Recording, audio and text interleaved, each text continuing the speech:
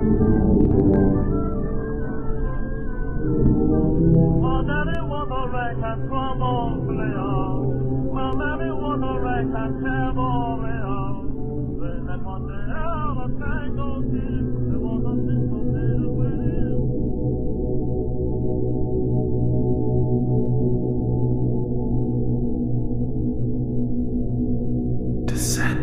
into Darkness, a Call of Cthulhu campaign.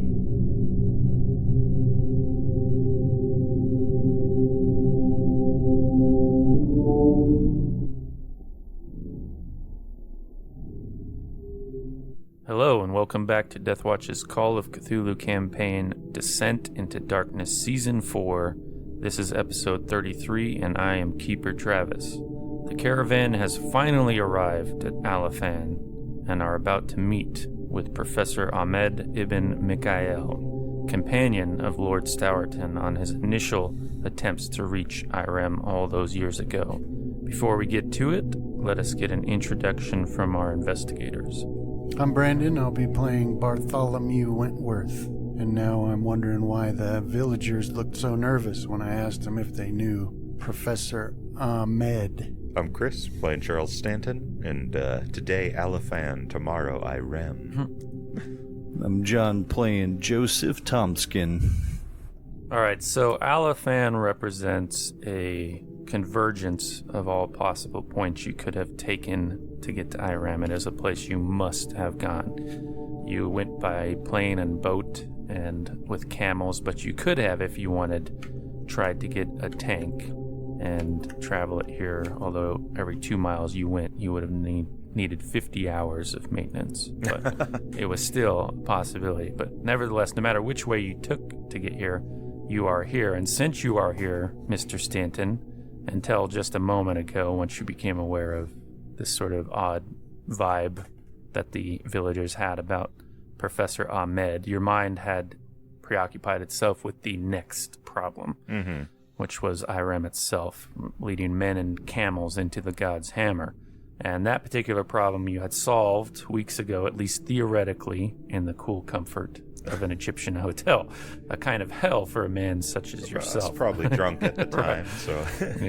But you're going over it again, and now the memory, it seems, somehow further from your current position, both physically and temporally, than it actually is. Like here in a dry desert village, an Egyptian luxury hotel might as well be 1,000,000 miles away and 1,000 years ago. All the same, those concerns and memories are banished when your well-honed alert system picks up on that, right? So that's your kind of convergence to the moment. For Mr. Wentworth, you think of being on the ship with, what's her name, Lady Waverly, and your mind is cast back to her brother and him getting blown to smithereens, and you wonder what he might have said or done had he made it this far, but he didn't. And so that's what you were kind of thinking about for a moment, and now you two have become aware of the odd behavior of the villagers. I think he would have said that he's a dapper little Nancy and deserved his... You would have asked him something and he wouldn't have been at your shoulder. He would have come out of Professor Ahmed's hut with a bloody knife. Here and I am. it took care of that problem for you, sir. Yeah. Yeah. Mr. Thompson, in your case, you're thinking of the young Thaddeus Grunwald and how you had been pretty pivotal in getting him involved in the expedition to begin with, and he died in a desert, very unlike this one, because it did not have the scope and there were nice roads you could drive on, but nonetheless, he died in a desert a long ways away, and all of those feelings and thoughts seem to come from a different lifetime. But the arrival here does also give you a sensation of completion, success, enough to afford each of you a D6 sanity roll for increase. And I still keeping your key one or your motivation on there for a higher reward at a later time, Chris. Stanton rolls the lowest. Sorry Max sanity. Wow, I'm still higher sanity than when I started. I'm damn near double. Get you up in the 80s. As if I fall to my knees outside of the city and scream, Thaddeus!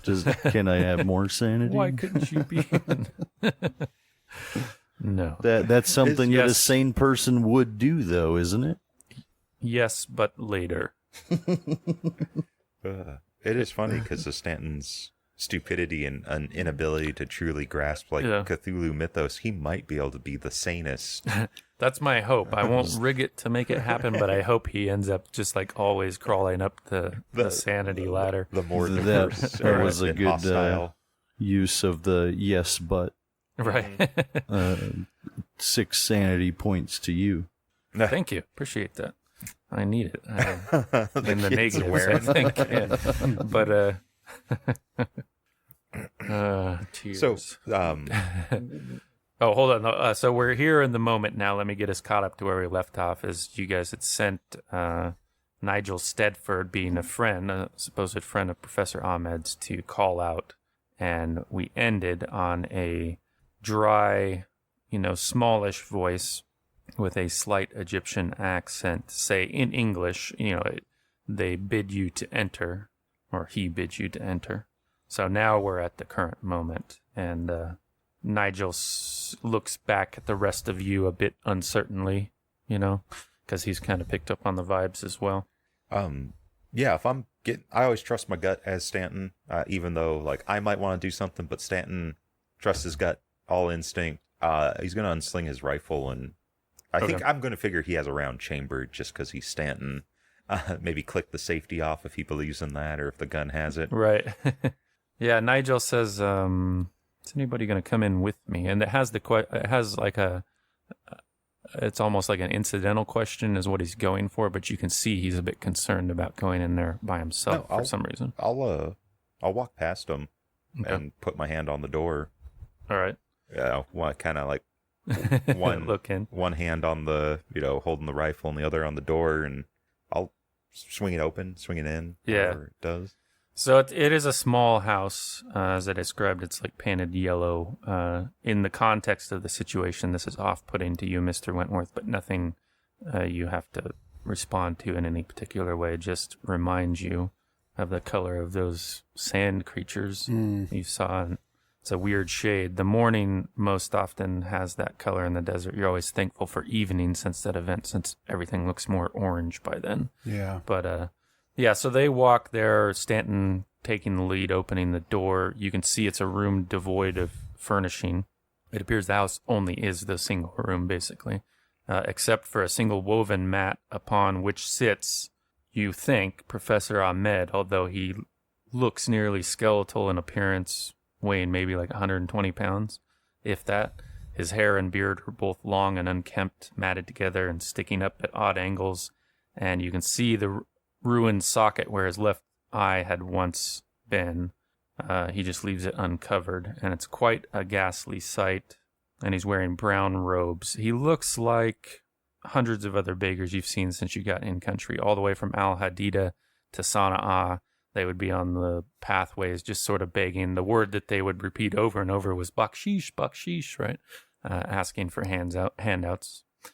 But yeah, when you guys enter, he stands up and begins to roll his mat up without looking at it. He's like, and his good eye is kind of rolling this way and that, not focusing on anything, while the wounded eye, you get a sense that it's looking at you, but also that could just be, a superstitious response to it. Hold on just a sec here. So yeah, he rolls that mat up, grabs a cloth bundle, and finally his good eye fixes on Nigel, and he says in that Egyptian accent in English, my dear Mr. Stedford, it is such a relief to see you. I'm ready, and so too is Irem, I think. It's time to return. And you can see tears begin to stream from that good eye, and an immense expression of relief is upon him.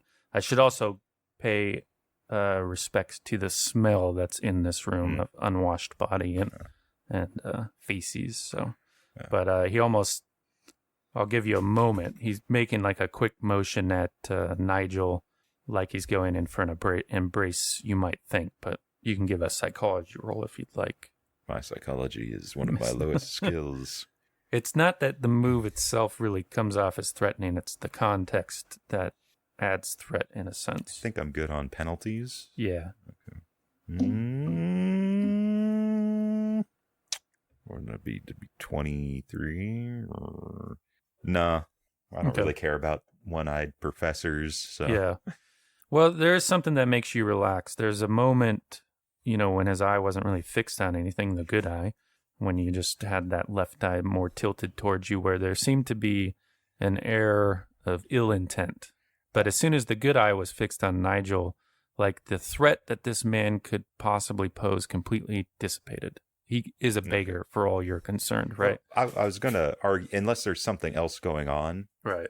I don't think Stanton would be relaxed around anyone that resembled any Egyptian or African Egyptian beggar, right? Yeah. Especially like this den that he's been living in, essentially. Right. I think Stanton would not like anything about this, but it doesn't mean he would kill him. Right. So, well, what the action resolves itself into being is just falling forward, almost collapsing into the surprised embrace of Nigel, where he weeps silently from like then on, and Nigel's like, there, kind of gives you like a, odd look. I think what Stanton is more confused about right now, he'll look around the rest of the hut, is what was giving him that feeling. Now he'll look elsewhere if there's nothing immediate, like, is this guy the thing that was putting the hackles up, or is it something else in the village?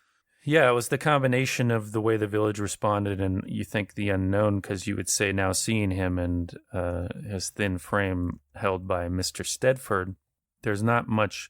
That gut feeling you had seems to have gone away. Now it's just your good training that keeps you ready and alert and mistrustful of this fella.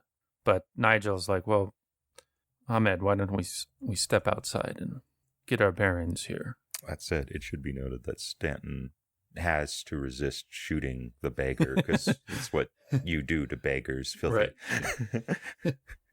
Here's your baksheesh for you. Blah, blah, blah. I hope you accept payment in lead. Each one of those rounds is, I don't know what they cost. Well, if I shoot him with the elephant rifle, it's probably 75 cents a round. So for the rest of you, you see Nigel and Mr. Stanton. Nigel with his arm around the shoulder of, as I described to Mr. Stanton, a man with the appearance of a beggar. Slight, thin man. I'll look back towards Wentworth and Thompson after I kind of poke my head in the hut, and I'll kind of like shrug. Like, I guess I was wrong about something here other than the crazy professor, but yeah. And I'll step away from the hut and go back over towards Wentworth. Yeah, if you guys who are standing there have why can't I say it right now? Anthropology, or maybe even occult, maybe a regular anthropology roll or hard occult roll, while you're looking at it was close. Sort of. I mean, hell, if they're throwing out ones, might as well, right? You never know. You can always pull a Whitmire. Well, none of the odd things around his house seem to mean anything to you, although you could say that there do appear to be more of these wildflowers and bits of pottery hanging from his house than the other houses you've passed to get up to his little house on a rock, basically. But anyhow, so they're all outside. Nigel seems to be busy just consoling this Professor Ahmed at the moment. So what would you like to do from this point? Well, if Nigel's got this guy handled, then I'll go talk with that elder and we'll start making deals. Okay. As I will follow Mr. Wentworth. And get some To food. do the all that. English assistance. If Yes. Mr. Wentworth doesn't seem like he... Okay.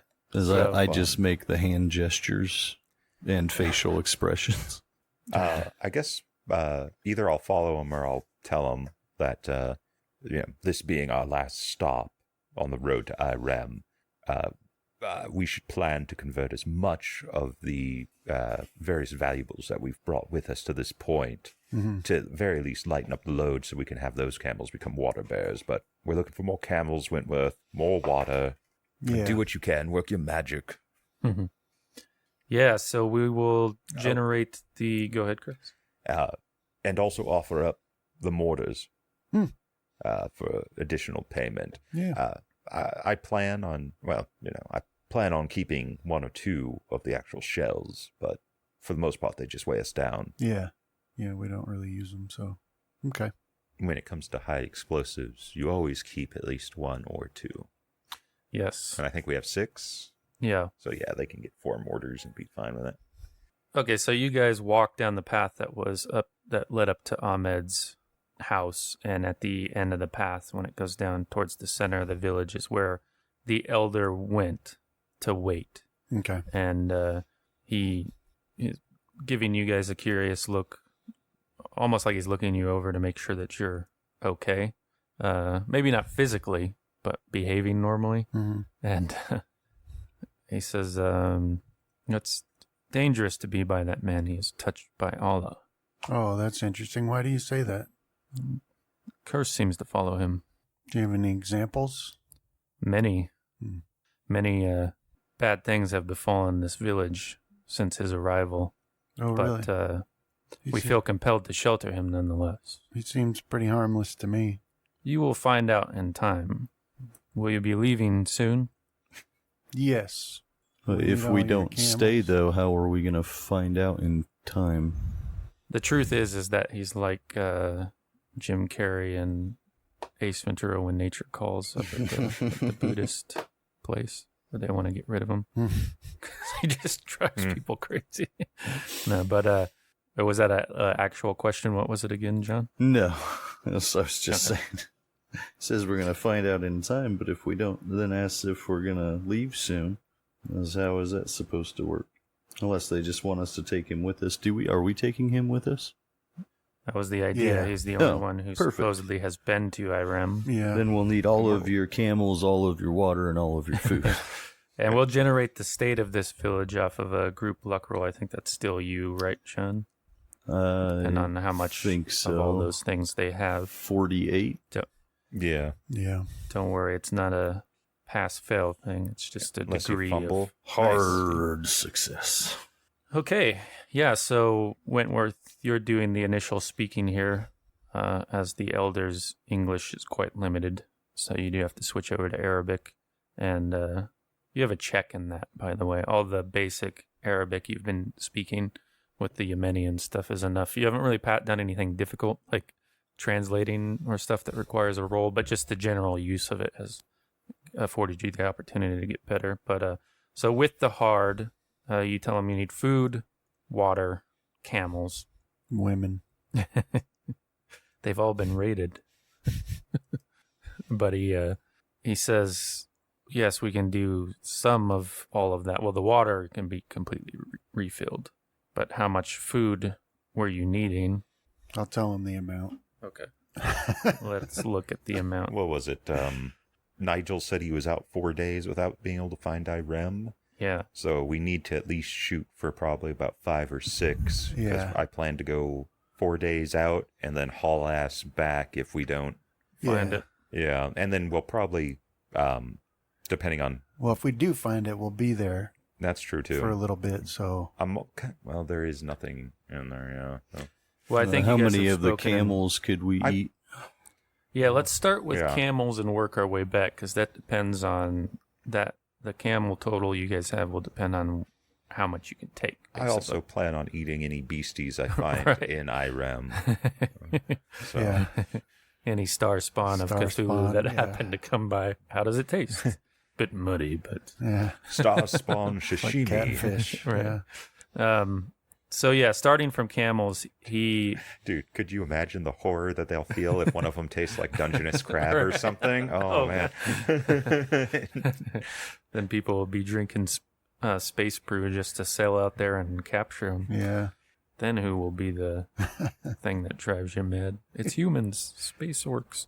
All right, he says that the herdsman, your timing is good because the herdsman is just camped out north of town, taking advantage of that rain you guys had seen a few days earlier by grazing his camels, and he has around 50 camels. The exact number is 55 camels.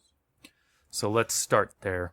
This process may crash roll 20 Yeah. on me because I have to look at my spreadsheet, and Google Sheets requires an enormous amount of RAM apparently. You should just download some more before you open it. Right. I've been trying to download RAM forever now.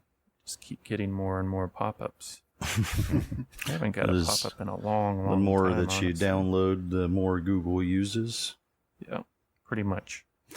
Okay, so currently you guys have 74 camels.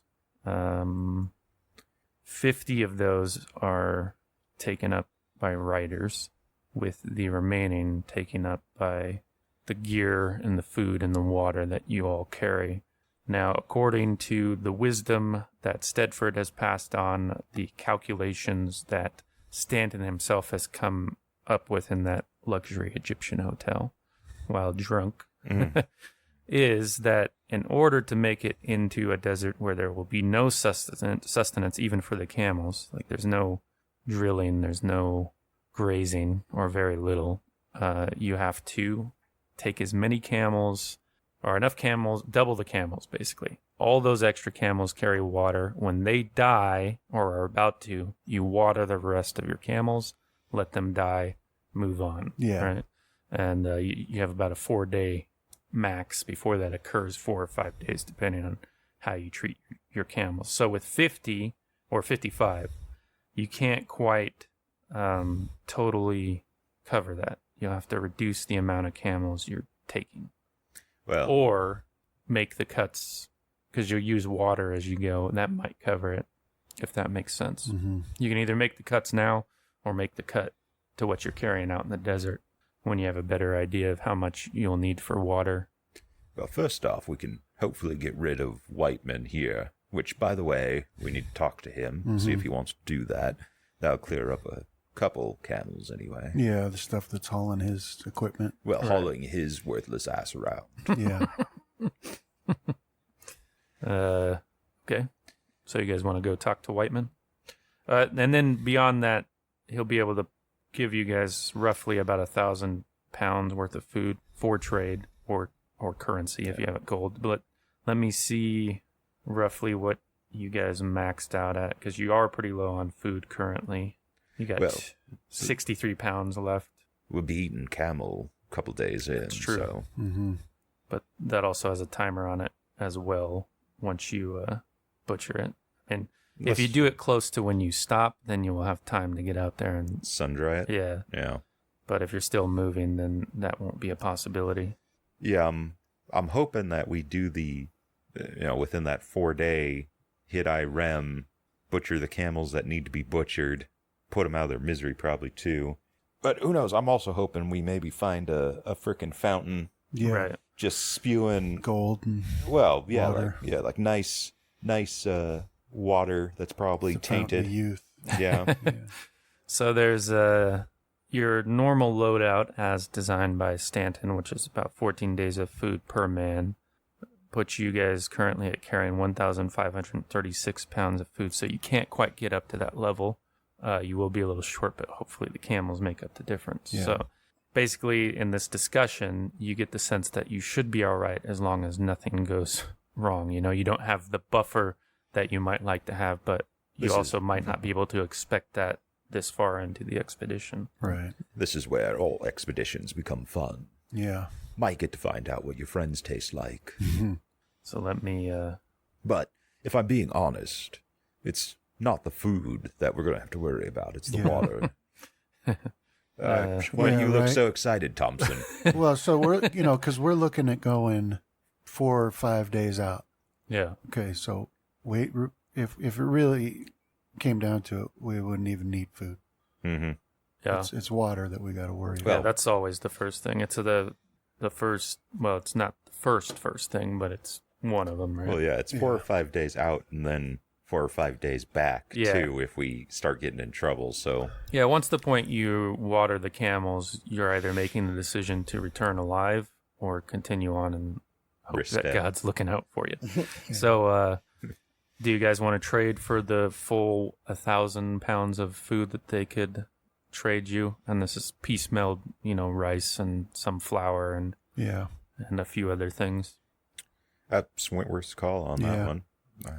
I think Stanton said his piece on what we need, and we're not able to get it. So go with what we can. That said, I was very drunk at the time. There's nothing but jazz music. In fact, I probably should have got a sanity hit for that. Having to remain in a damn city and listen to Yankee jazz. All right, so you've got this preliminary situated. You know who to talk to buy the camels. You can begin trading for the food. It's the 8th, the morning of, which in the way you guys have started to travel means it's the end of a very long day. Yeah. So you might want to save it for after a rest period because you'll start to be pushing basically the length of your day. Yeah. And but I will assume that that goes off without a hitch. And the camel price is about $150 a head here. So, Okay. How many do we need to buy? well, you can buy 55. That Okay. doesn't quite cover if you were to take everybody, but you can wait a little bit, and when you guys have the chance to talk to people who you might want to have them stay or whatever. Yeah. Okay. Yeah, so we probably should get ready for sleep. Okay. Well, then we can do a Constitution roll. You have a bonus since you traveled at night. For the day's travel, you didn't work as hard. And I will check on your party, which today is Curtis Cooper and some of the Yemeni. Well done.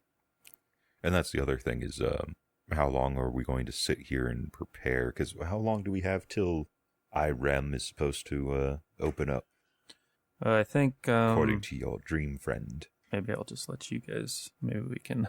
Yeah. You will accidentally narrow the window or something, and I'll just let it stand.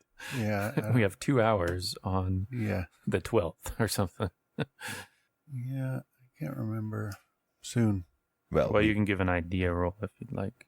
You don't have to, because if you fumble it, I'm supposed to make things more difficult on you. But this is the mulligan from the game master.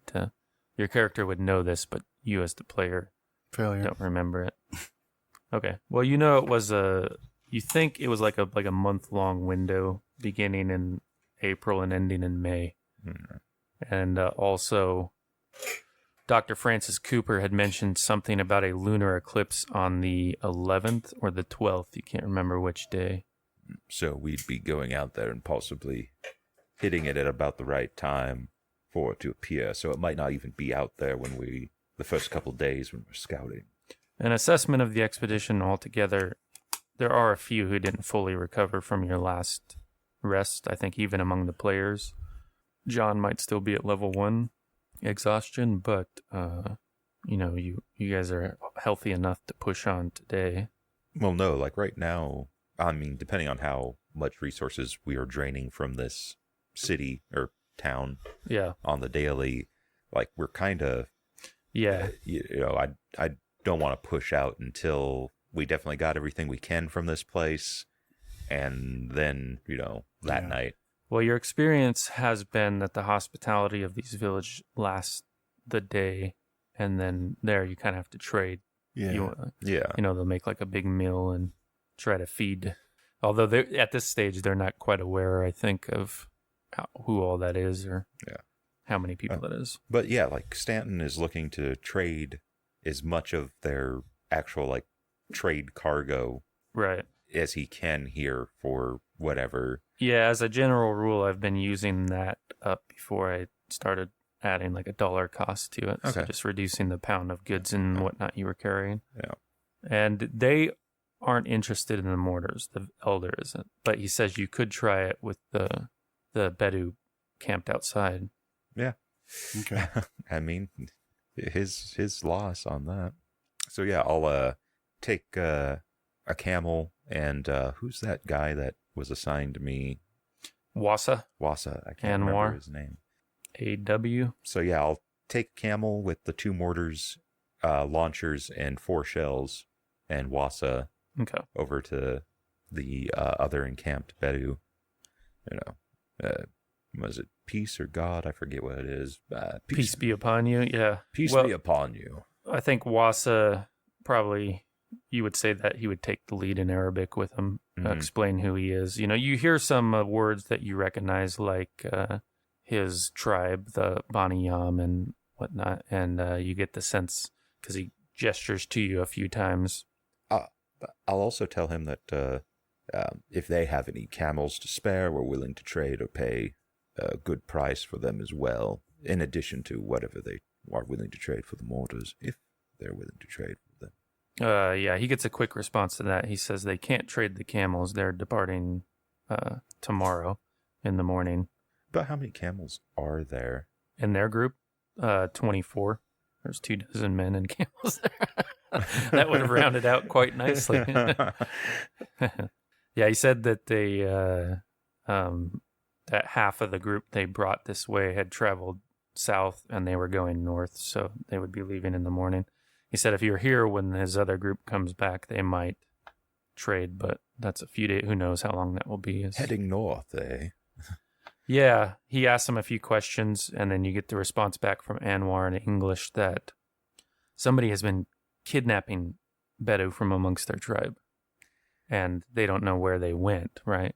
So they've split here. Some went south, and there's some indication that somebody went north, or a rumor at least, in the village, and so that's why they were going to try out in the empty quarter. And it's not the wolves, because we've encountered them, and they seem to be raiding villages and kidnapping villagers. It could be the wolves, is what you get. They just don't know.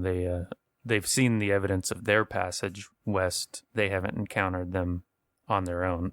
Basically, some of the herd will come wandering, but the herdsman will be gone, and that's who they're searching for. You know, like somebody's brother or cousin is what you most often get, which that you've come to understand that denotes a relation that could be an uncle or whatever, right? You know? But yeah, that's the gist that you get from that. But they will take the mortars for sure. They just don't know what it is that you're seeking in trade. They have some small amount of ammunition for the 98s that you guys have, the Mausers.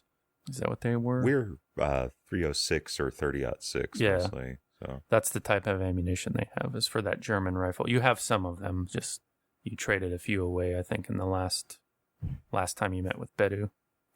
That's not a bad idea, but I really need frickin' camels. You could try. It would be difficult. You could try to lean on one of your social skills. It's intimidation. Would be unfortunate if something happened to those camels. Well, no, I'm really thinking that we just hit them when they go north. Right. And we take their camels. No, unfortunately, if there's nothing that we can trade for, I'm looking for camels. I have access to water. Food would always be more food. But I don't know if that's worth 2 mortar launches and 4 mortars.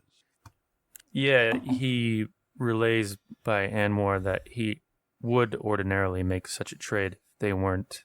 You get, you think a mistranslation or just a word that's not used much in English, but they're like basically on a quest, you know, and so that the honor dictates that they have to do that before any sort of mercantile concerns. All right. Well, peace be upon you. Yeah, and they watch you for a long time when you leave. Yeah, I'll head back. Men of war do watch each other. And if I catch Wentworth, they are willing to trade for the mortars, but they have nothing worth trading. Damn savages. That said, they'll be heading north tomorrow morning. Well, I think we should contemplate really hard on whether or not we attack their caravan and take their camels. yeah, how many are in their caravan? 24. 24. At your cursory glance, we'll go ahead and roll out a spot hidden when you were looking at them, Mr. Stanton. We wouldn't be able to bring the machine gun to bear, so it'd be fairly difficult. Yeah, it's a hell of a risk to take. I'm not sure it's worth it. Your call, Mr. Wentworth. People get injured in combat. Well, And idiots that worse. stand up in combat get injured. So Where's Whiteman? You saw that the bulk of them were carrying those 98s. About a quarter of them had like actual muskets, like the matchlock variety muskets, but they were all old weapons. They have the habit of personalizing their rifles, so you see like all the stuff on the stock and whatnot, and they do appear to be maintained, although old. So they definitely, you guys have you have them outgunned for sure. What tribe are they? The Almura. Okay. Going back into your memory, you had the Rashid fellow that you traded with when you first came into the desert out of Sana'a, and he mentioned that there was one in their party from the Almura, and that they were the people who really had any claim to the empty quarter, although it wasn't really a claim because nobody can live there. Yeah. But they would travel. They would go from like the southern part of it, like a 3 or 4 day jaunt over to the northern part to get up to like where the Persian Gulf area is. So yeah, that was their kind of claim to it. And I think that was reiterated by Anwar as well. Okay. Well, I guess it might be for the best. Don't want to anger the only people we'll probably ever encounter in the empty quarter. Mr. Thompson, when you're camel trading there, you hear your ears kind of prick up at the price of 150 a head. You can try to negotiate that if you want. It's just more I'll difficult make because a you're doing disapproving it through translation. face and shake my head. Would that be just persuade? Yeah. Ugh. Oh. Whoa. Redo. It is a hard you need in this Oh. case. If you're thinking about a pushed roll here. So What's need a the consequence? 38? Insulting the people you're buying from and them closing the sale or reducing the amount they're willing to give you. Do we need all of them? Yeah, we need as much as we can get. All right. You're already short. Like if for some reason you can't offload anybody here, you're already short a few camels for like an ideal journey north. Then I will hold my tongue after my disapproving face doesn't work. Is it the same as your approving face based on your... Very similar. Very, very similar. That's probably why they were so insulted that I approved the first time. You give Mr. Wentworth a few things to translate into Arabic and say to them, but the herdsman is just so like one word in his responses, like he doesn't give you any way to pry in there at all. 150. Right. No. And you even get a look from Mr. Wentworth as you're on like the third or fourth, angle to try of like, I don't think this is going anywhere. Yeah, I'll give him kind of a raise the eyebrow and a shrug. I don't know. This guy just isn't buying.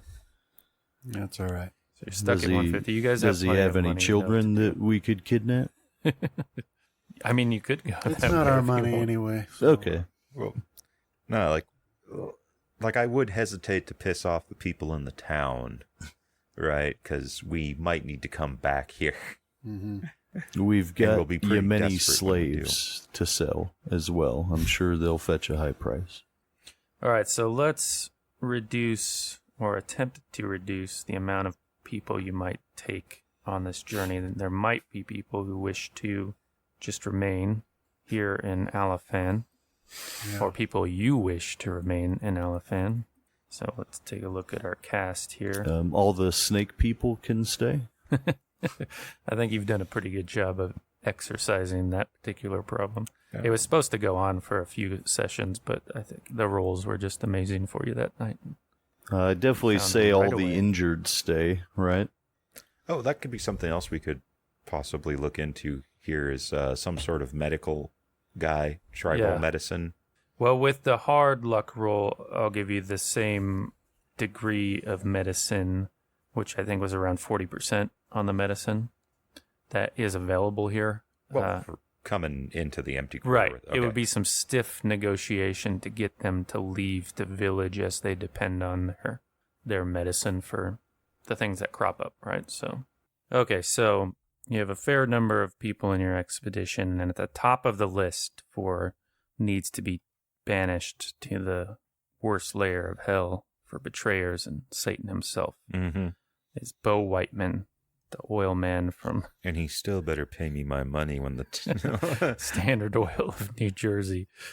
Yeah, and Mitchell Brown's his man too, right? Yeah, Yeah. and he's pretty wounded, although seems to be on the mend. So Whiteman, his response to these villages and in your discussions with him is he doesn't see these villages as any importance whatsoever, right? These are not the people he would deal with once he finds oil, even if it were right outside their village. He needs whatever king claims this land even if they don't enforce it or can't enforce that claim, he'll make a deal with them or have them set up a shell company, and he'll just come and do his thing, show the villagers, look, we have the right, and enforce that with weapons if need be. So yeah, he does. This is nothing but a small obstacle to him, and he doesn't concern himself with the village, has no interest of coming out of the expedition camp into the village and looking around. He still looks when you guys approach him. Is this you and Thompson, you think, or all three of you listening, or Mr. Whiteman? I think we could just call him out. We'll just hold the morning meeting as normal, except now it's before bed. Yeah. And So with the evening meeting now, it's still the 8th. Is the plan then to set off tonight, do you guys think, or will you? That's what we're seeing. Yeah. No. Yeah, that's what we're doing, is telling him that this is where he gets off until we come back. So yeah, at this meeting, we'll point him out. Whiteman, what are your plans? That's not quite how Stanton. That was a bit more aggressive than I wanted. But yeah, Whiteman, you've been looking to leave this caravan for some time. This is your last chance. Do you plan to? Well, my plan, you see, was to convince Mr. Wentworth to abandon finding any lost city, and we just all stay here and find the oil. But there is an opportunity out there in the desert. You say people don't go out there. Is that right? That's correct. Well, if there's oil out there and there are people there, why, then that's the easiest oil for us to claim of all. So, what don't exactly is your name, devil, so I know what God has sent to torment me? Why, we have met, Mr. Stanton. It is Whiteman. Mr. Whiteman, if you please. So I go where you go. I don't...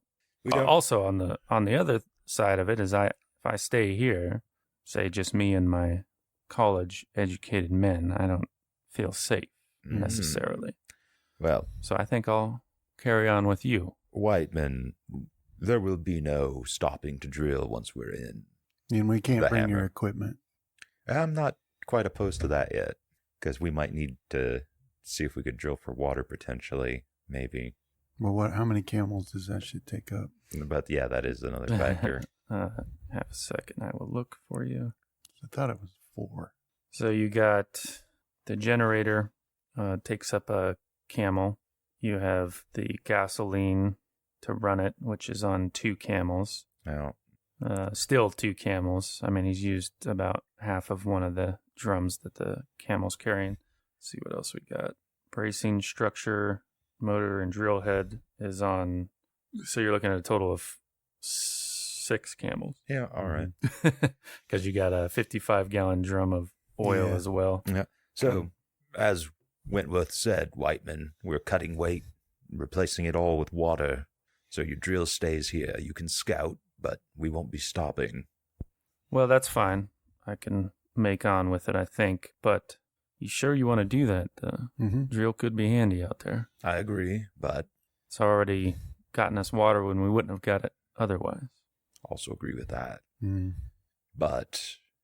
I can leave Mitchell here, free up a camel, and the other fella, who has no name. Could be a PC at one point in the future. But, so that's 2 freed up. I'm almost, just me, just my drill. almost willing to take that. Yeah. Yeah, let's do it. Remind me to never negotiate with you without my lawyer present. But Now, if you guys do want to push more for what you want, we can. You just gotta do a roll, or you could make him at gunpoint. Yeah. It's like, if you follow us, we're gonna shoot you. If we see you and we're gonna shoot you. No, such things are better left for surprises. Well, it's one of those where like Stanton actually wants that drill there, but at the same time he knows that we still need as many camels as we can, so he's kind of at a crossroads. Yeah, and he's letting Wentworth. He's kind of being a chicken about it and letting Wentworth take the. Yeah, it could come lead. in handy. Yeah, he says, now I know how to operate it, but it does take a couple of men, so you will at least need some that are willing to do that. Yeah, well, when we set out, we won't have a problem there. So we're gonna leave Mitchell Brown, Mr. Thompson's one good NPC friend and a perhaps disciple? Question mark. We will, or I'll have Wasa, is that his name? Go in and see to it that, because we're still trying to cut weight from just our trade gear, and we're not getting enough here, I think. Right. So yeah, just trade for their kind of like room and board. Okay. While they're here, keep the locals happy. I'll again go to my wounded, not Matt Vey. You had 3 unnamed Stanton men that were wounded. Yeah. One, for sure, could definitely use more rest. Yeah. And you think that there are probably trials ahead that could strain you guys in a way that you haven't been, like your actual physicality and strength, because you've been warned about traveling on like over dunes with camels, which you have purposely avoided because they don't like to go uphill that. So, I'll end the meeting by telling Wentworth that, I'll go talk to the wounded and see if we can get any of them to stay. Yeah, in the case of your Stanton wounded, they, part of the unit cohesion is get there or die trying. Yeah. So they will protest, but they will do it under order if you give them the order. Otherwise, they want to go. No, I won't. I won't give them the order to remain, but I will say, there's no shame in it, and you'll get your full pay. In fact, we could even say that you could look after the other wounded that are remaining here, Whiteman's men. But I won't keep you from my realm if that's what you truly want. Let's see. We'll check with the most wounded guy. We'll see. Sometimes getting tired. Has Stanton been around when Matt Vey's been talking his weird stuff? I think a few times, yeah. All right, because that's Stanton's backup plan. Like really, like Stanton. I'm pretty sure it won't be the first time he's heard like a portend or a prophecy or some weird. Well, I've designed it with a couple of things that could act as a lodestone, and I think all of you guys have seen Matt Vey's fixation with the direction that you've been traveling. And even now, at the expedition camp, he's looking north beyond Alafan to some distant, unseen spot there. Okay, so let's see who else we got there. Just thinking in your head, Nigel is obviously this is a lifelong effort of his to get there. Curtis, you think, and Dr. Francis Morgan, you could probably press them into doing that, but on the other hand, they, unlike some of the people in this, are here specifically for IREM, Yeah. They're kind of like the only academic I think we were already link you have. fairly lean on the people. The other person that we'd get to stay got blown up, so Yeah. And which leaves Bandar al-Jadi and Bandar Hadi and the Yemeni, which were pressed upon you by King Yahya, you think, as a sort of bakshish money to pass through the small bit of Yemen that he claimed, but and there's like a daily rate going up, right? Yeah. And even now, when you look at them, you see that Yemeni that was snake bit is still dying, right? Mm-hmm. Like there's no coming out of it, and Bandar actually early on in the evening asked for permission or for the Yemeni to go into the village and try to seek some sort of treatment for him if you'll give it. Yeah, for sure. But you think you could cut, obviously, that dying one out and leave him here? Yeah. You might just have to negotiate payment for his care. Yeah, we could even present it as a mercy. You've done good. Stay here. Yeah. I mean, don't tell him that he's dying. He doesn't need to know that. Right. Yeah, for sure he's got to stay. And it would be better for morale than if I shot him. Yeah, it would be a lot better. You always got to think about that. I'll put it as a choice to the ones who were pressed on us. As for the rest of the Yemeni, they're almost as vital because they're going to have to drive the camels. And Yeah, there are some ex-soldiers like conscripts. You think you could shed about half when you confer with the Bandars, but the rest you would need for herding the camels. Yeah. and doing some of the labor and springing traps. Don't forget that. Mm-hmm. So if you want, you could leave. Well, remember, for every one of them, that's one less target that gets painted on us if we That's true, encounter yeah. anything. So there were 25 originally, and 3 have died, 4 deserted, and 1 is about to die. So, you're down to, what is that, 17 left? Yeah. So if you cut that in half, you'd be taking 9 or 8, depending on which half you took. I'm fine 'Cause taking. You can't literally cut a man in half and leave. We could. Wouldn't do any good. That would I help guess we solidify your reputation. Hold with him the up Yemeni. on a stick. So we would have a to minute. leave both halves, though. It's the Call of Cthulhu. Yeah, we don't know what's in that book that Thompson's reading. We might be able to take just half of them. I was thinking that a Yemeni head on a stick is the Call of Cthulhu equivalent of a 10-foot pole. Yeah. That's barbaric. I'm fine taking a lot of them. Yeah. We're going to need workers if IRAM needs to be uncovered or some part of it needs to be uncovered. Yeah, that's true. You come to understand that there is a brother and a friend of the dying man that insist on staying with him if he stays here. So that's like 3 that you lose at the very least. You will be missed. Cheers. Yeah. Well, that's enough. Okay. We'll leave them and everybody else. Also, just remember that anybody that we do take with us is potentially food. That's true. So, Well, hopefully the camels are first. So 3 of the Yemeni will be left. The rest will come. Yes. So who else we got on here? What are you thinking about Francesco? He's got to come with. Okay. Unfortunately for him, he's my my gun bearer. So the only other one, and this is after the evening meeting, is Jackson sort of takes you aside and he says, usually if you preface a statement like this, I'm no coward, usually means you're a coward. But if it's the difference between you getting there and not, I can stay, but I'd also like to see it, but I won't lie. I have a bad feeling. My survival instincts say it would be best if I stayed here. But Jackson. what do you want from me, Stanton?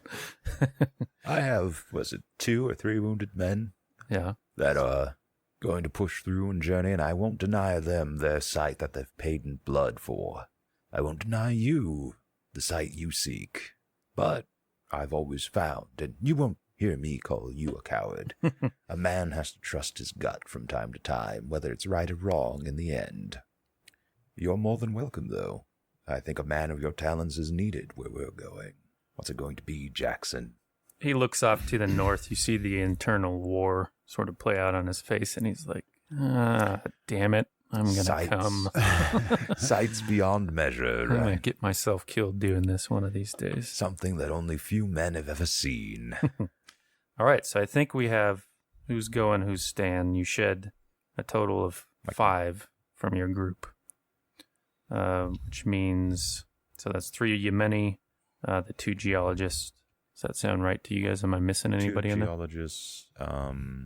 No, I think Yeah, that's that about sounds it. right. So 5 camels, that's more than we had before. It does free up 5 camels. Takes you closer to reaching that number of camels that are going to die and camels that will go on. Yeah. You're about, just a few shy, basically, but close enough, you think, to be as comfortable as you can. When was it? Was it the next day that other group of... They gave a non-specific time because the way that these men would do it is be like, okay, we're going south. We'll see you here before summer, right? Because their time scales are a little different. So it would be an uncertain time to wait for them. So yeah, that then becomes the question when to depart. You've settled the payments. You have people going where they're going to go. You've made arrangements for care. And I think there's one other thing you could try to do, and that's to get the healer to come with you. Yeah. Send Thompson to try to negotiate for a medic for us. And that would be on you and Mr. Thompson. Okay. Could try it. So yeah, his home is second to Professor Ahmed's home for having the most, odd bits of things. There's a blend of practical medicine and folk medicine. You see what you also saw in like Mexico. Yeah. Very similar, just a different cultural flavor. And when you posed the question to him, I suppose there was no way to do it but bluntly. Want to go? he immediately declines. All right, thank you. But with a I implore you to reconsider. at the hard level, with a social skill, you could get him to go. You either do it at the hard level yourself, or it's more difficult for Thompson to do it by 1 degree. So I don't know what's the better. It would be extreme for Thompson or hard for you. I think Thompson's extreme would be still better than my hard. What is it, 5% for extreme? Yeah. Or not percent, but a Yeah, fifth. so shooting for a 15. What's your hard would be half? Yeah, so 7 would be Okay. hard. So can we, well, I guess that would be the persuading parts. Never mind. All right, let's give it a shot. Yeah. Well, you. Bam! Damn. Really? Has even So- got Bartholomew's extreme. In effect, you are convincing somebody to commit suicide for something in trade. So what do you give? Well, I was orders. gonna say, could I try to lessen the difficulty by pointing out that there are many and more, basically healing objects, of maybe his lore or lore Yeah, like that has lost been and lost to the mystical. sands, right? But I Magical get that's why I was saying, like, I guess that would be what I would be doing the persuade for, anyways. So it wouldn't really Well, lessen it. We'll see. If it were any other healer or anybody other more sure in their faith in the Muslim faith, you would have basically been asked, like, you want to do a little blasphemy on the side, but you happen to find the right guy because he hushes you when Wentworth. Like he had, like, when he's a kid, stories of You're right. Lost City or, yeah. So you get him on this lost city, but also, this, I guess I'm catching a bit of a hint about Sathagua and perhaps his abilities to make him an even better healer.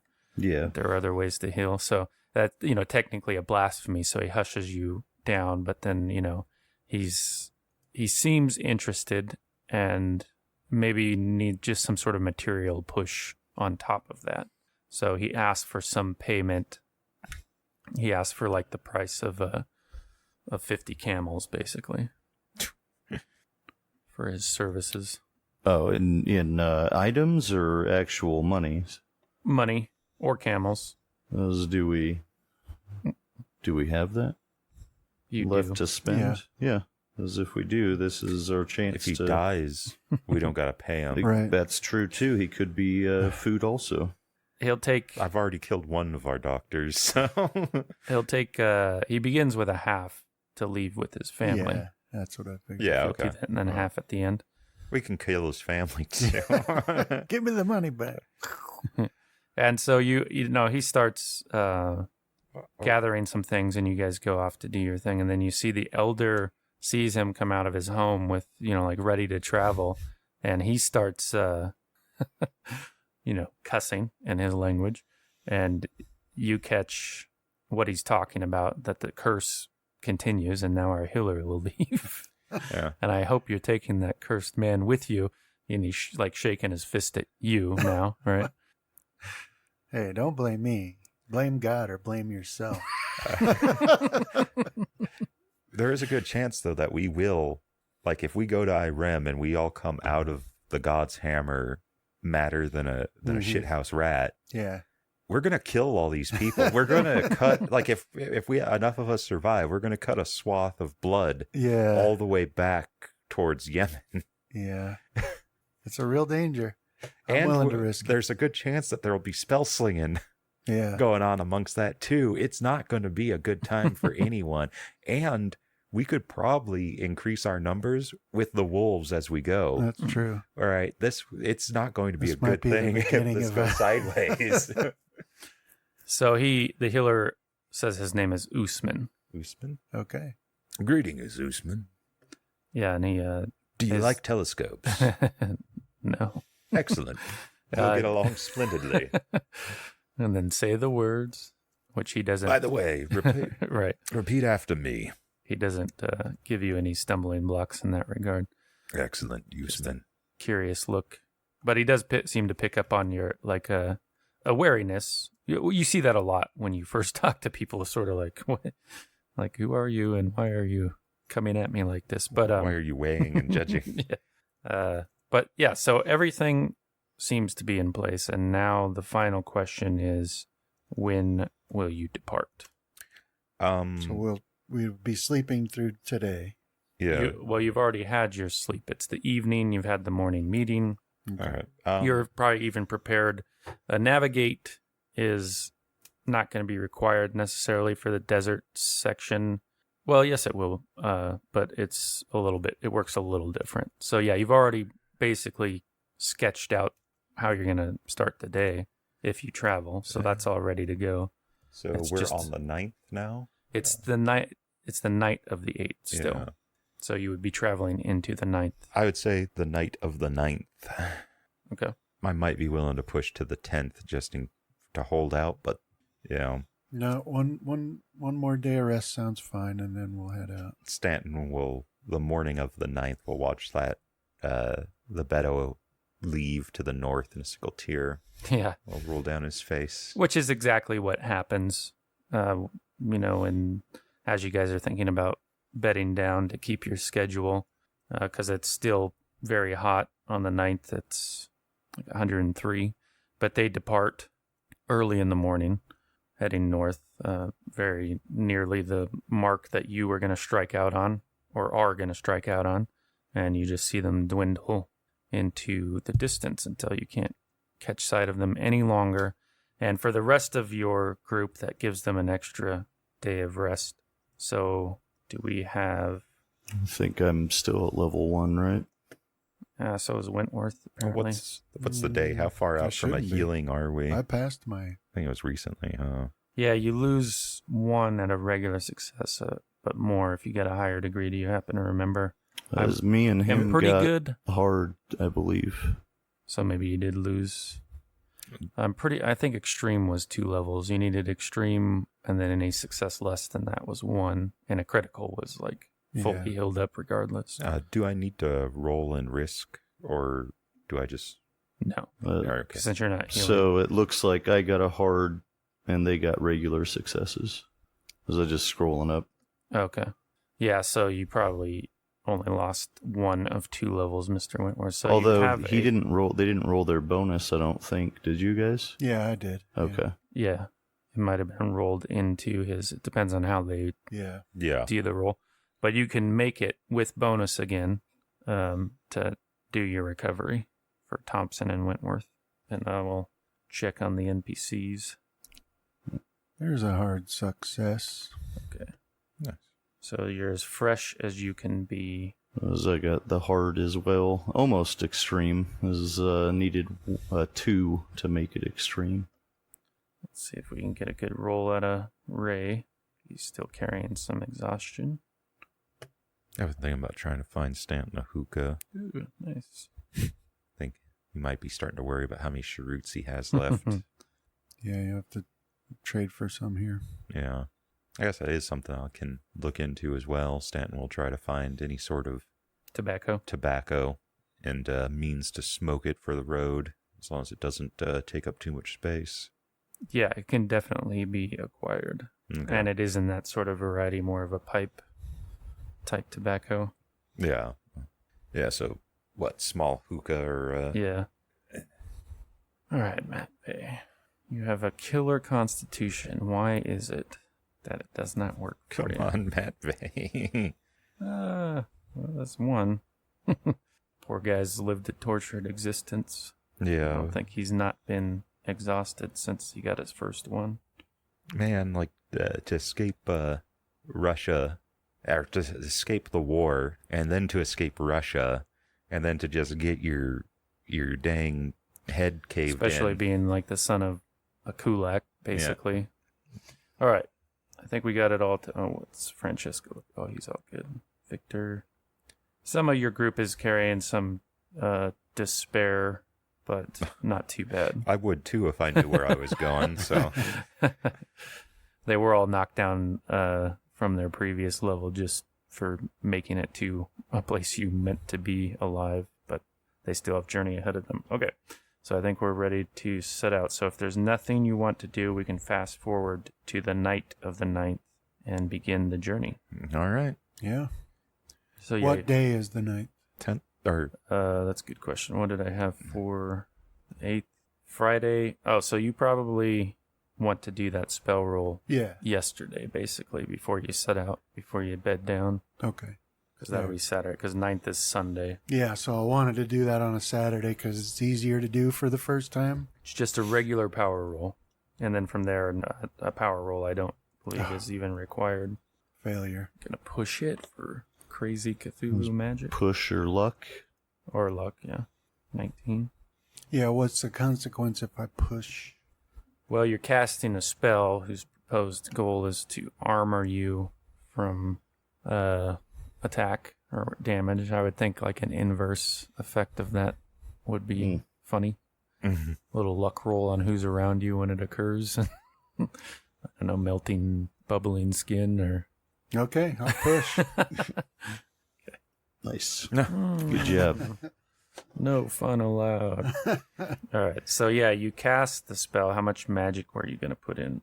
Yeah, to so it? how much do I need to? So 1 point gets you 1d6 potential, like Well, this temporary is hit points. the first. I'm just doing this because you got to do it once to be Yeah. able to. So I'll just do the minimum. Base, the 1. Yeah. So yeah, you can roll a d6. Are you doing it on yourself or like Yeah. a surprise on Thompson or something? No, I'll do it. Cthulhu magic. I'll do it on myself. Yeah, so we'll see. It'll last until sunset, so it'll keep you. So you think it works. It's, as I've described to Thompson, it has kind of like a dimensional impression, although you wouldn't even see it that way. But it's some sort of like a sense that you weren't aware that you carried opened up, and you don't know what to make of that. So the very first sensation you get is like there's something fundamental to reality that you're now aware of. But when the spell's done, it sort of closes that, like you plugged your nose or put your fingers in your ears, and now you're just left with the sensation of a plugged nose, basically. Like that, you know something is there, but you don't know what that means. Okay. You might be able to talk with Thompson, and he could give you a little bit of what he's gleaned about what that might mean, because has what the Liber Ivanus has said about it and his own musings, I think. Yeah, I will. I'll talk to him about it. I think it worked. What you're describing sounds right. As there is one way to tell, though, if you are willing. What is that? Seek out Stanton and have him shoot you with the elephant gun. Yeah, is basically just try to do some harm, right? As Yeah, you're unlikely to nothing actually crazy, go over but just something 5 small. with a punch, Yeah, punch me. All right. because you don't have a damage bonus, so you only do 1d3 Nice. because he's actively defending. No, you got to work for it. Yeah, I'm not going to just stand here. Good old Mitz hits you for max damage. His killer instinct takes over. He can't help but dodge. Right. And yeah, so it's there's a lot to go into it. It seems to definitely deviate the damage, but maybe not all of the force, right? It moves your body a bit, but not to the degree that you would think. But that could be maybe because there's no reaction on your part. You just clenched for it, but there was no reacting to the pain or getting away from the sensation. Yeah. Like you just felt nothing. Yeah. And then that sense opens for a minute, like your nostril clearing when you have a cold, and closes back down. Yeah. As I think it that it worked. As I've felled men twice your size with a blow like that. Roll your fast talk. Just kidding. Okay. But that does actually bring one more bit of work I gotta do is the Sunday day of healing. I think you guys have full hit points, right? Yeah. Stanton's fast talk. No, we won't. Hey, that's pretty. Oh, sorry. All right. Rifle. I get the joke now. I thought I looked at Thompson's and I'm like, I didn't know you had a 70 fast talk. Oh, I do. Yeah, all my social skills with this guy were really high. It was like my Right. fast talk, persuade, and psychology were all It was like 270s and a 60. That's where most of my skill points went, I think. As your first order for the healer, Usman, did you want him to go look at Matvey, see if he's recovering apace? Yeah. I mean, we probably have Sala's old tent if he wants to. Yeah, here's your tent. To use that even. I mean, it's probably where we've been setting them up, but yeah. He's already got a bonus for an unknown reason, but let's see if we can add another one. We'll have Usman do a medicine roll. I have to make a character sheet for him soon. Yeah, his first impression of Matvey once he moves the bandages is just he's horrified because they have nothing in their medicine that is about drilling holes into people's heads. And he was like, what kind of infidel would do this to another person? But anyhow, let's do Matvey's roll. I guess he's technically right, as Christians are infidels. So. Yeah. Ooh, hard success. 3. He's still not out of the major wound thing, though. I was going to say, he's almost right as rain. Was he up to 5 now? 6, I believe. Poor bastard. He needs 2 more hit points to drop that major wound, so it's taken him like months to heal that thing up. Okay. All right, setting out. Navigation roll, Mr. Stanton. Night of the night. Should have kicked the coke while we were out here. What? Did you put all the bonuses on it? Yeah. Can I push with a bonus? Yeah, it's the same thing. Okay. But Mr. Stanton, we're traveling south. No, this is the quickest way. All right. Pushing. What's the penalty? Just get kind of... Well, it's difficult to get lost, but the main trick, you think, will be weaving your way through the dunes so you're not stuck in an area where you have to scale the big ones. So you would find yourself in a place where you might have to do that more than you otherwise would. All right. Success. Well done. So at the regular level, so the sand is what you guys travel into, and this is the desert that you picture in your mind when you think of deserts. These are nothing but dunes that you go into. For as far as the eye can see, it's like a moonscape, but smoother than that because the wind is constantly like smoothing everything over. And Anwar mentioned in the meeting before you left that the only thing of note to angle for to the north is a place called Al-Hadida, or the place of iron, as it's translated. And he can only say that it's a rock that fell from heaven out there. That's exactly where we need to go. And a big crater. And he says that is maybe 3 days, and is usually the marking point for Bedu that travel out there that you should come back, because any further and you'll probably die in this stretch of the desert. But you won't reach that today, but you will get about 20 miles closer. The sand saps 5 miles from your overall journey. And you notice something strange as the sun sets. There's no noise in the desert save for the wind, except there is this ever-present hum that you hear.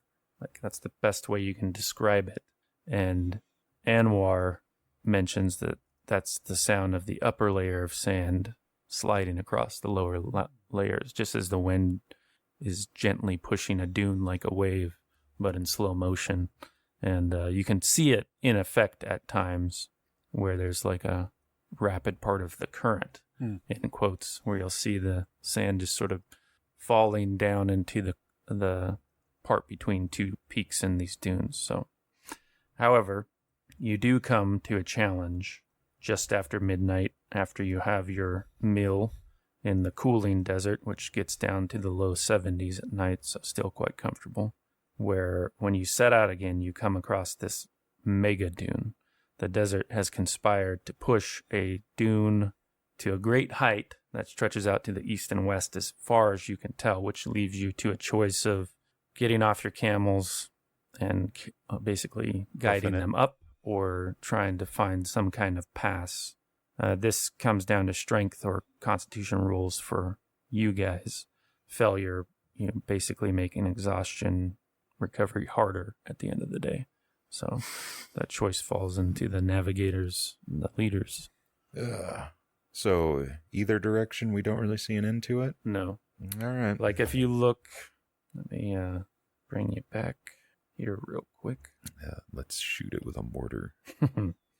There you go. That's not a bad idea. I mean, that is what they do in war fighting. If you have a low hill and you don't want to crest it, Yeah. you just blow a hole through them. But it would take probably more than you're carrying.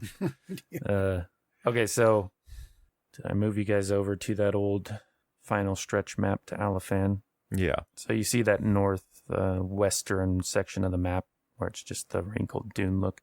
If you go to Google Maps and you go into the empty quarter and you zoom at any spot there for hundreds of miles, that's what it looks like, right?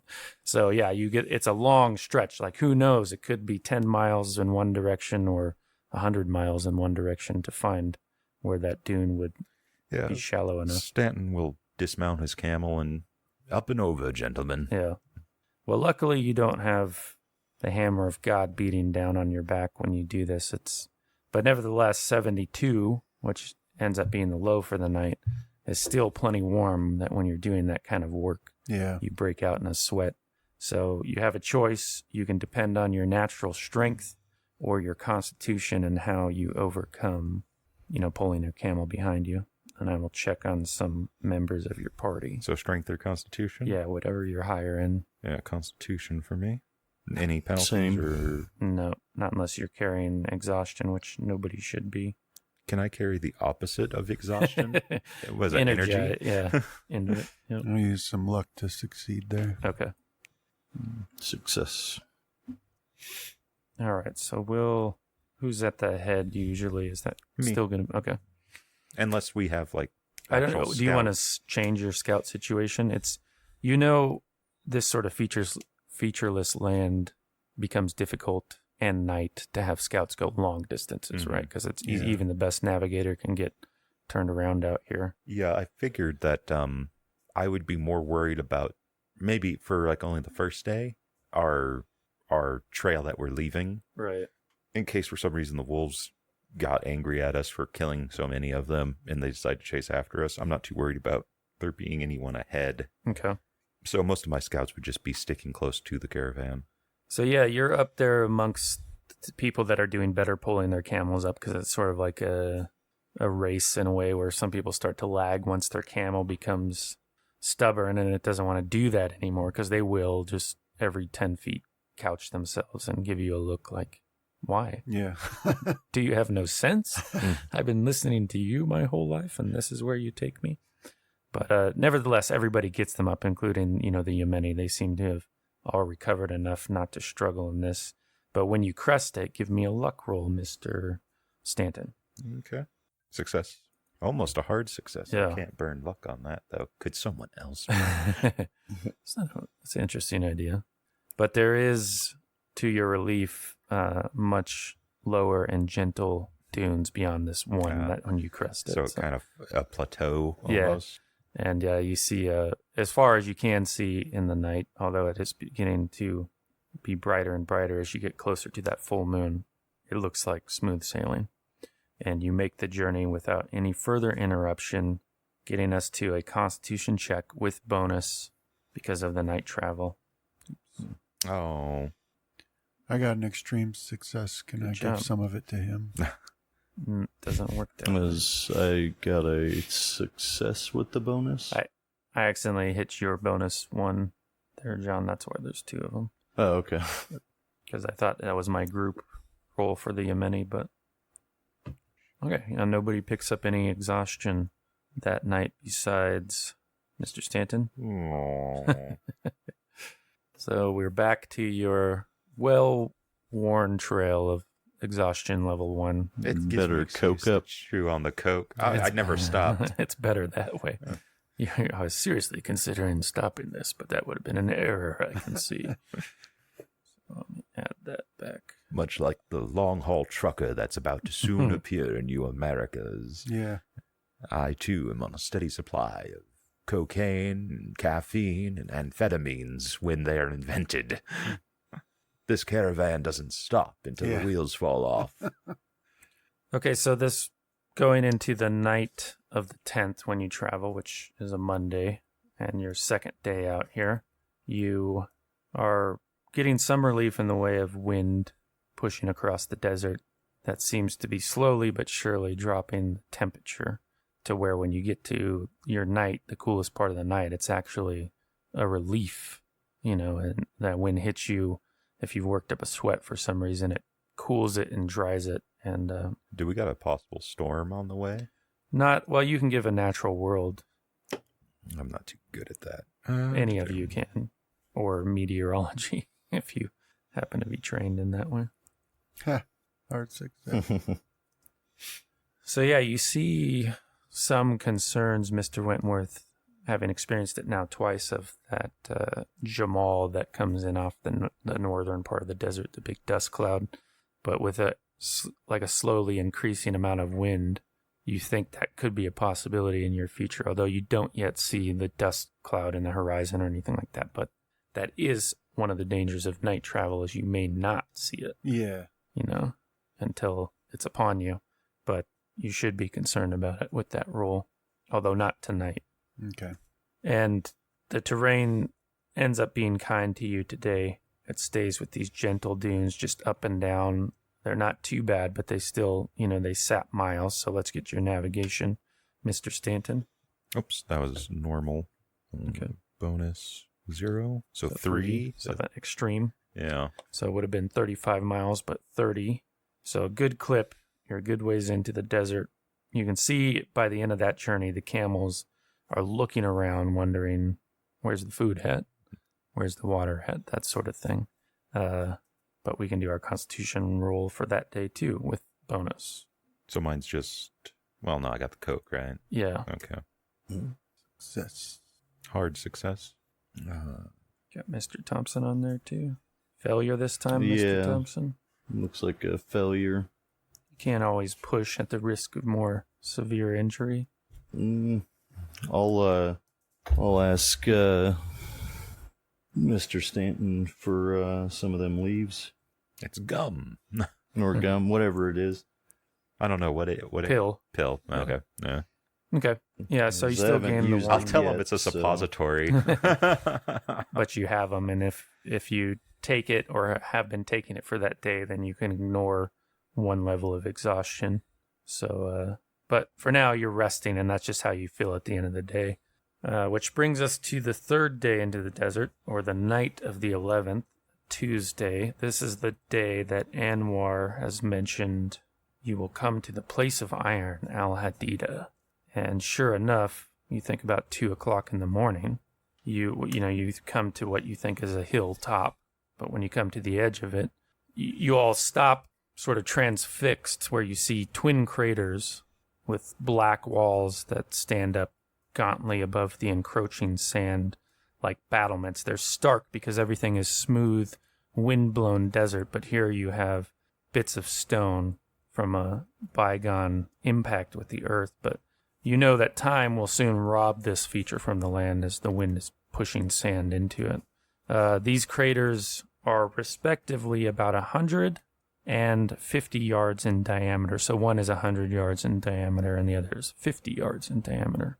And they're sunken in the middle, but like I said, half choked with sand.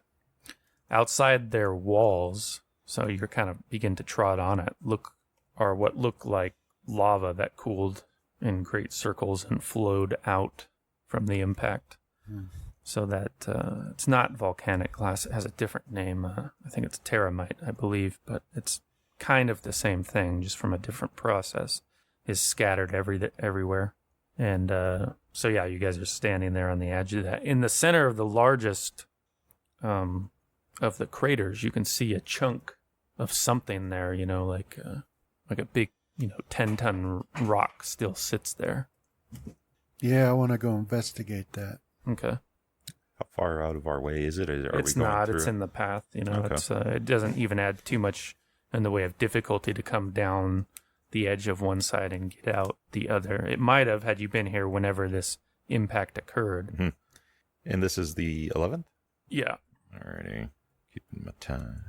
Yeah, so if it's not out of our way, I'll guide the caravan that direction. And Yeah.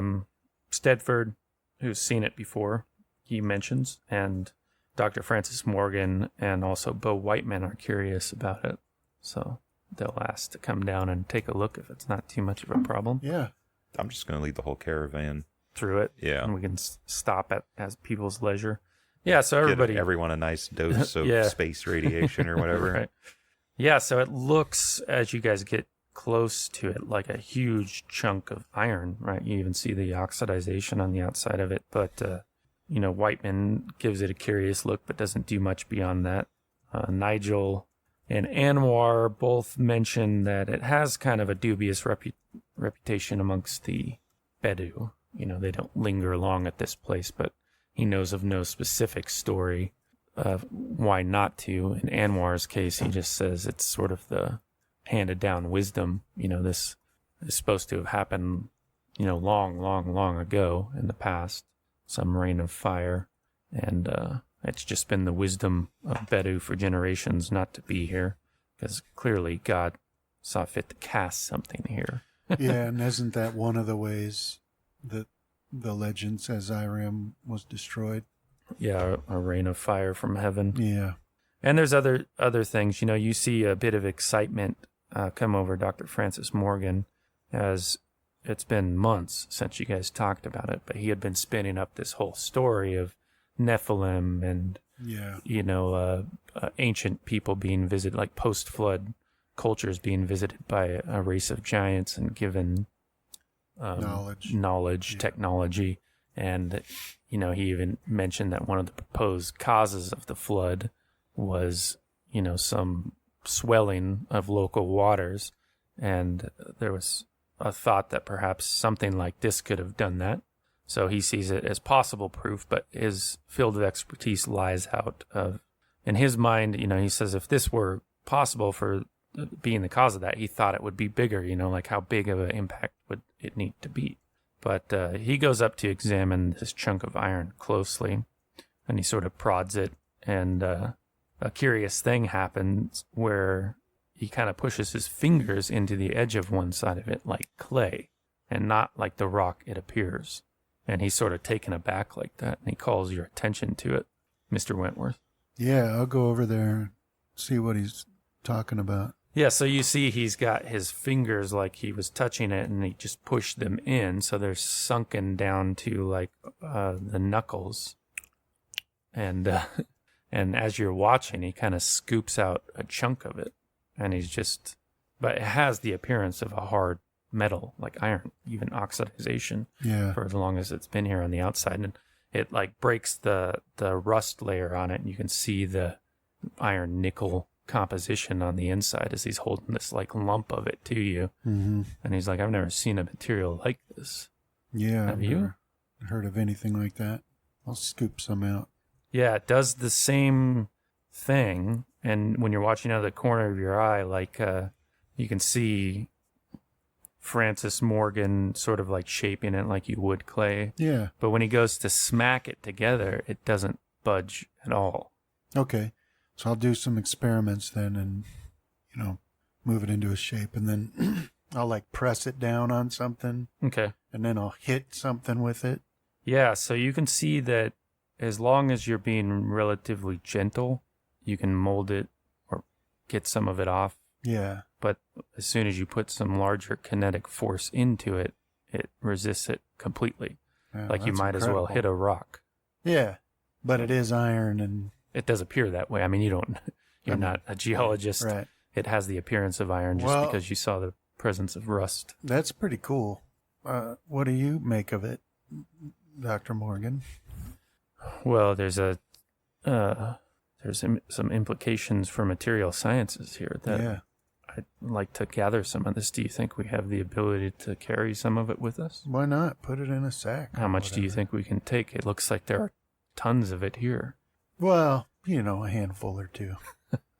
It's a shame. I know, but we're in a hurry, and we don't want to weigh ourselves down too much. But I want to take enough of it to make a knife. Okay. What I think would take to mold a nice little Play-Doh knife out of. Part of your testing gives the indication that unlike clay, once it's molded, it doesn't seem to, because before you fire the clay, it will lose its shape by gravity and whatnot, but this doesn't seem to do that. Like once it's molded, it holds it pretty well. And so we will close the session with as you're beginning to shape this blade and handle out of this strange material. Yeah. And thanks for playing, guys. Thank you. Thank you. I have a space knife. Next week. Yeah, next week. So thanks for playing, guys. I'll see you in a couple of weeks. We're skipping next week's recording. All right.